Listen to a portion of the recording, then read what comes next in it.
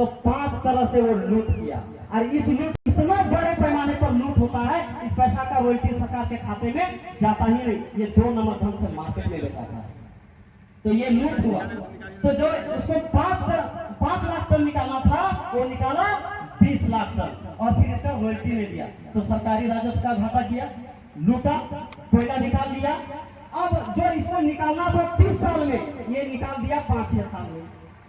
तो अगर 5 लेयर था तो 4 लेयर निकाला और 1 लेयर को छोड़ दिया। अब 5 साल होते होते सारा कोयला निकाल दिया, लेकिन अब इसका ड्रामा देखिए। ये जाएगा मंत्रालय में, बोलेगा देखिए हम अब कोयला नहीं निकाल पाएंगे, बहुत पानी है, हम छोड़ दे रहे हैं, हम सिलेंडर करते हैं, है ना, हम बिल्कुल नहीं निकाल पाएंगे। पब्लिक बहुत परेशान करता है, पब्लिक को तो ये कोदो फूट दिया, ना नौकरी दिया ना कुछ दिया, लेकिन वहां जाकर ड्रामा करेगा और सरकारी अधिकारी लोग रिपोर्ट बना कर देगा कि नहीं से यहाँ बहुत पानी है, माइनिंग नहीं कर सकते हैं, अपना कोल ब्लॉक रख लीजिए, हमारा जो लोन लेने में जो बैंक में जो हम गारंटी ग्रुप में जो पैसा रखे थे वो हमको लौटा दीजिए। तो वो जो बैंक में जो गारंटी लिए पैसा जो रखा था गिरवी में, वो पैसा को ले लिया।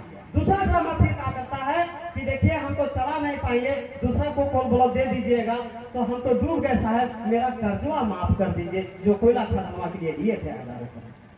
तो कर्जा भी बैंक से माफ करा लिया, रॉयल्टी भी नहीं दिया, कोयला भी निकाल लिया, और जो बैंक का नियम के हिसाब से जो गारंटी में जो पैसा देता है वो वाला लूट लिया।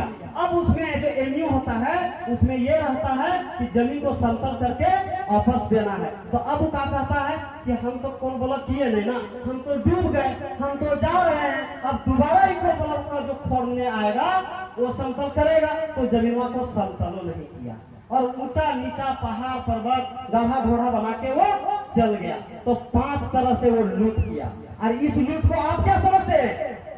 विकास है। इसी लूट को आप समझते हैं विकास है। हाँ, इस विकास में किसका फायदा होता है? इस विकास में ये सारा काम गलत ढंग से होने के लिए आपके सीएम के पीछे के दरवाजे से एक अटैची मिलता है, आपका जो मुख्य सचिव है उसको भी मिलता है, तथाकथित इस विकास के गुणगान करने के लिए कुछ फर्जी एनजीओ वाले लोग भी होते हैं जो रात दिन इस विकास की ढोल पीटते नहीं थकते, उनको जाता है। कुछ मीडिया हाउस को भी जाता है जो रात दिन इस विकास की गुणगान करते हैं, और इस तरीके से आपके सामने पेश किया जाता है कि एकदम विकास की गंगा। जब वहां जब खदान खुलने लगेगा तो रात दिन मीडिया में आएगा कि अब यहाँ तिब्बत में ना सड़क जमीन में उतर आया है, लोगों को रोजगार मिलेगा, विकास होगा, ये होगा, वो होगा। 8 दिन ऐसे चलेगा जैसे यहाँ के लोग को मुंह में रस मिलेगी।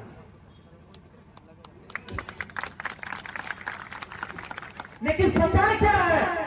सच्चाई ये है कि वहां के लोगों को नौकरी नहीं मिलता है, वहां के लोगों को रोजगार नहीं मिलता है, वहां के लोगों को जमीन का कई लोगों को मुआवजा नहीं मिलता है, और आज भी वो लोग धूल खा रहे हैं। सरकार में नियम है कि वो जो भीड़ भड़ा का क्षेत्र है उस क्षेत्र से ट्रांसपोर्टिंग नहीं करना है। दुबई कोल ब्लॉक में कर रहा है, पहले रात को शुरू किया।